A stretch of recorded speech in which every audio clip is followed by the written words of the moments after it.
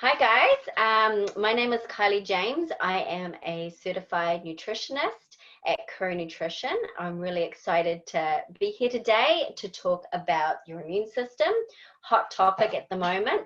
But I wanted to talk specifically about vitamin C. Does it really work? And can it work with the current virus that we're all facing right now? So our bodies are encountering bacteria, viruses, fungi, yeast, and a bunch of other foreign substances on a daily basis. And we rely on our immune system to protect us from those. So our immune system is responsible for distinguishing between self and non-self. So non-self is those pathogens that are problematic. So an antigen is another name for that foreign substance which is introduced in the body, and this activates our immune system.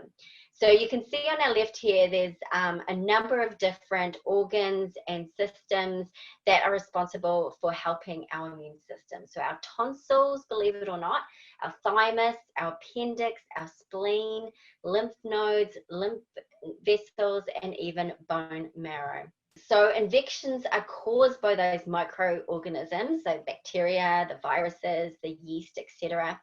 And these pathogens can circulate around the body, causing damage to tissues, inducing inflammation, and triggering symptoms such as swelling, fever, cough, redness, and fatigue. So some infections, which can be transmitted through direct human contact, are said to be contagious. So examples of contagious diseases, which is what we're going to talk about today, is influenza, which is commonly known as the flu, and pneumonia. So influenza is a contagious respiratory illness caused by influenza A or B viruses. So this virus attacks the body by spreading through the upper or lower respiratory tract. So symptoms include headache, chest discomfort, fever, body aches, fatigue, and weakness. And less common is coughing. And symptoms of the flu also tend to come on abruptly. So because flu is viral based, it's not going to be treated through antibiotics because antibiotics is based on treating bacteria.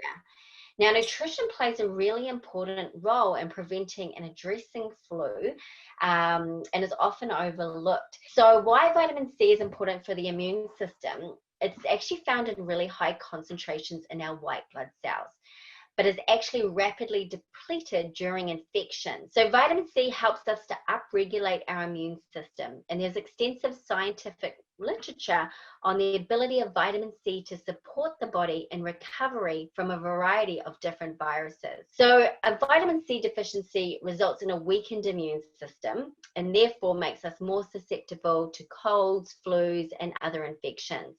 And since the lining of our respiratory tract also depends heavily on the protection of vitamin C, respiratory infection and other lung-related conditions may also be a symptom of inadequate vitamin C intake. So research shows that vitamin C in therapeutic doses has been shown to be very effective in preventing and addressing the flu virus, sometimes even after serious complications such as encephalitis. So one study showed, based on individuals that had flu-like symptoms, they split the participants into two groups.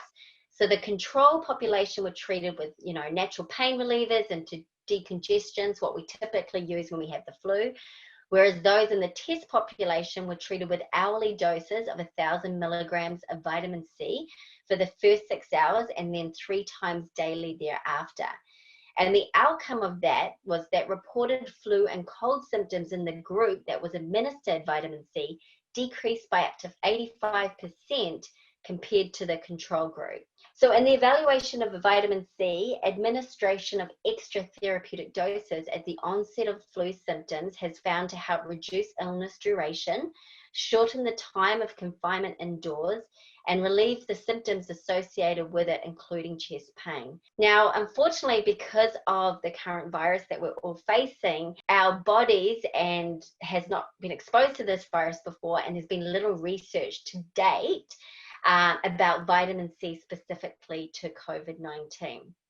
However, because the vitamin C has shown success in treating many other viral infections and also has a very low risk profile, it may be one more tool that you and your family can use.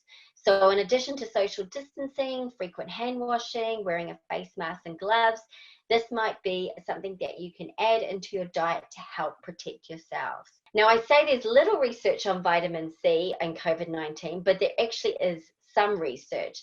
So I went on the website of the Institute of Functional Medicine, and they have indicated that supplementation with vitamin C appears to be able to both prevent and treat respiratory and systemic infections, and that hospital ICUs are using vitamin C to help treat COVID-19 infection. So the research shows that it favorably modulates cellular defense and repair mechanisms, and favorably modulates viral-induced pathological cellular processes. So it rated the evidence as strong, and this strong is based on having 2 independent studies showing correlation between intervention and outcome. And what's great with supplementing with vitamin C, the risk of harm with supplementing with vitamin C is very low. What was also interesting on the website, they did an analysis of like vitamin D, resveratrol, and a bunch of other nutrients, but 2 other nutrients that were also identified as being strong correlations with preventing and addressing COVID-19 was also zinc and elderberry. So very important to be getting those into your family's diet. So what do we need to do? So it is recommended that you supplement with vitamin C. So for a preventative dose, we're probably looking at about 1,000 to 3,000 milligrams a day, or 1 to 3 grams a day. So vitamin C supplementation is very safe. There is no documented toxicity level.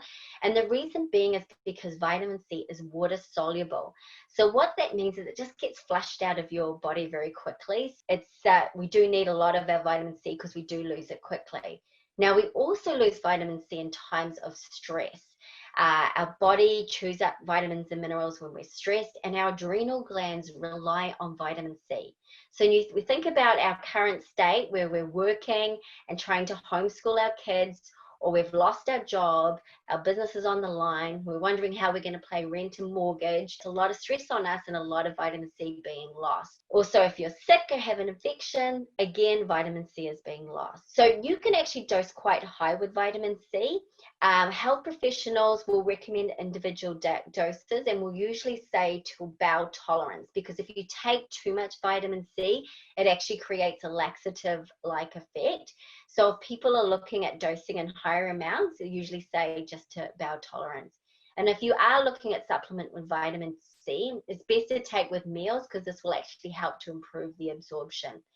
And you really want to stay away from sugar, especially when supplementing with vitamin C, because sugar and vitamin C have very similar chemical structures, and they will actually compete for absorption. And sugar creates free radical damage, and vitamin C will have to address, they're an antioxidant, they will have to address the free radical damage that the sugar's caused, so it'll take them away from doing those immune boosting properties. So if you really struggle, you maybe can't afford to supplement with vitamin C or just don't have access to supplements, eating a diet high in fruits and vegetables is a great way to increase your vitamin C intake naturally. And the other great thing about increasing your intake in fruits and vegetables is that it also contains a lot of other immune supportive antioxidants and nutrients. So if you're unable to supplement, I've done a chart at the bottom just to outline some of the doses of vitamin C. So oranges and lemons always get like a big high in vitamin C, go for those. But bell peppers and broccoli are huge. Just 1 cup of bell peppers gives you 91% of your daily value. Broccoli, 1 cup gives you 205%. So huge amounts of vitamin C in your peppers and your broccoli. Strawberries, just 1 cup gives you 136%, and that's even more than what you get in 1 orange, which is 116% of your daily value. Now, if you do have flu-like symptoms, it's important to note that it's going to be really hard to get the therapeutic doses that you need from diet alone, and that's when you need to be looking at supplementation. So that's the references from today's presentation, short and sweet. Okay, everyone. Well, thanks for coming on, and hopefully I'll see you guys all next week. So the topic next week is berries and the power of berries of boosting the immune system with regards to respiratory infections. Great. Take care, everyone.